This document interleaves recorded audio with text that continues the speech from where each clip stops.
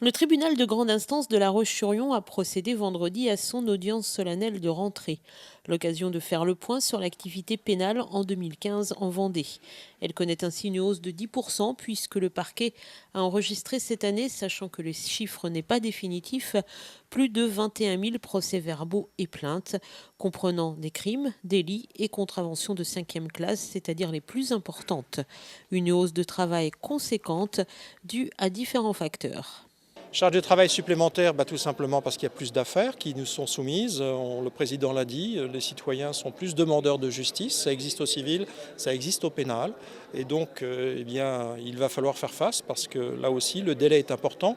Il faut, comme le dit un peu la formule technocratique, apporter une réponse de qualité dans un délai raisonnable. Et c'est là notre challenge qui est parfois rendu difficile, mais on s'y efforce.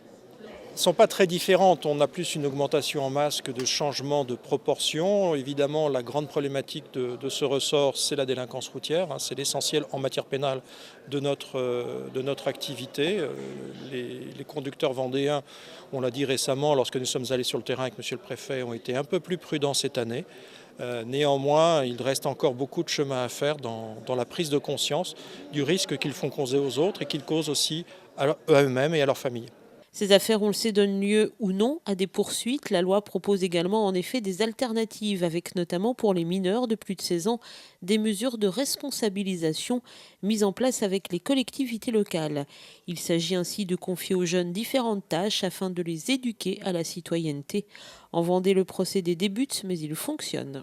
C'est vraiment une mesure qui a commencé, qui est efficace. On a déjà eu quelques mesures de responsabilisation qui se sont déroulées dans des mairies. Ça s'est passé bien, c'est allé au bout, les mairies sont satisfaites. Donc on va pouvoir développer cette éducation à la citoyenneté. On a de la sanction, j'y tiens, il faut que ce soit clairement une sanction, que ce soit ferme, clair, mais il faut aussi permettre aux mineurs de réfléchir à ce qu'il a fait et surtout qu'ils ne se sentent pas considérés uniquement comme un délinquant, mais comme un citoyen en puissance.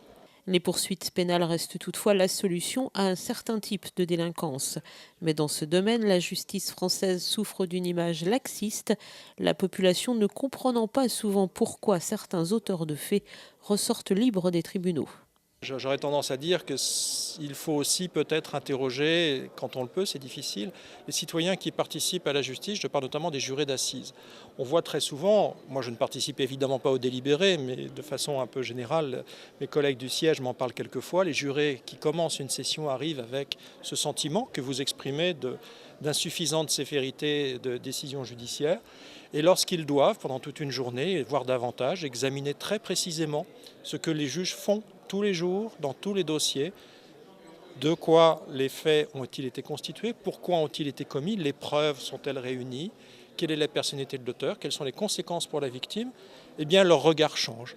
Ils sortent tous en nous disant « je ne pensais pas que c'était difficile, c'était si difficile, je ne pensais pas que c'était si peu évident de décerner une peine ».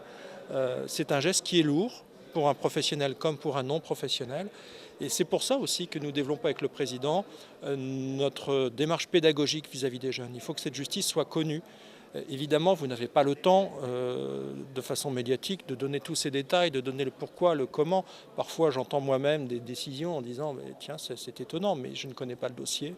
Je n'ai pas l'explication parce que vous ne pouvez pas donner toute l'explication technique et juridique. » Il faut que l'on fasse davantage connaître notre institution à nos concitoyens.